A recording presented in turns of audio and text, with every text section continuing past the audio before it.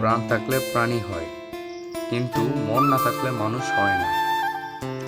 খাদ্য গ্রহণ করে শারীরিকভাবে বেড়ে ওঠে, বংশ বৃদ্ধি করে, মোটামুটি এরকম বৈশিষ্ট্য থাকলেই কোনো কিছু প্রাণ আছে বলে মনে করা হয়। মানুষের প্রাণ আছে, কিন্তু মানুষের থাকে অতিরিক্ত একটি সত্তা, সেটি হলো মন। মানুষকে বলা হয় সৃষ্টির সেরা জীব, সেরা প্রাণী। মূল কারণ তার মন আছে। এই মনের মাধ্যমে মানুষ তার চারপাশের জগতের সঙ্গে নির্ভীক সম্পর্ক গড়ে তোলে। তার মধ্যে ভালো মন্দ ধারণা সৃষ্টি করে নৈতিকতা জন্ম দেয়।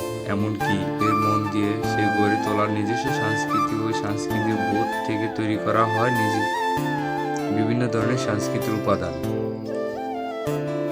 মানুষ ছাড়াও অন্য প্রাণীর মধ্যে এইসব উপাদান থাকে না। ইতর প্রাণীর মন থাকে না বলেই সংস্কৃতি নেই, ভালো মন্দ বোধ নেই, তার নৈতিকতা বালাই নেই।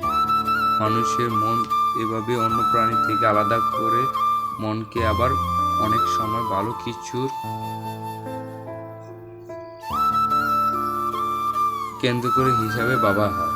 যেমন কোনো প্রাণীর দানশীল কথা বলা হয়, তখন বলা হয় তার মন আছে।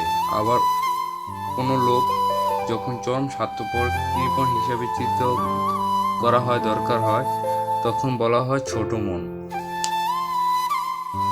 একদিক দিয়ে মন ভালো, মানুষের ভালো মন্দ মাপকাঠি করা যায়। মানুষের মন আছে বলেই যে মানবিক গুণের অধিকারী, যার মন নেই অবশ্যই সেই ইতর প্রাণীর সঙ্গে তুলনীয়। যে ইতর প্রাণী হতে পারে চরমভাবে হিংস্র অথবা একান্তিক, গোচর কোনো পশু বা পাখির মাছ ইত্যাদি। এখানেই সমাপ্ত। গুড বাই, আল্লাহ হাফেজ।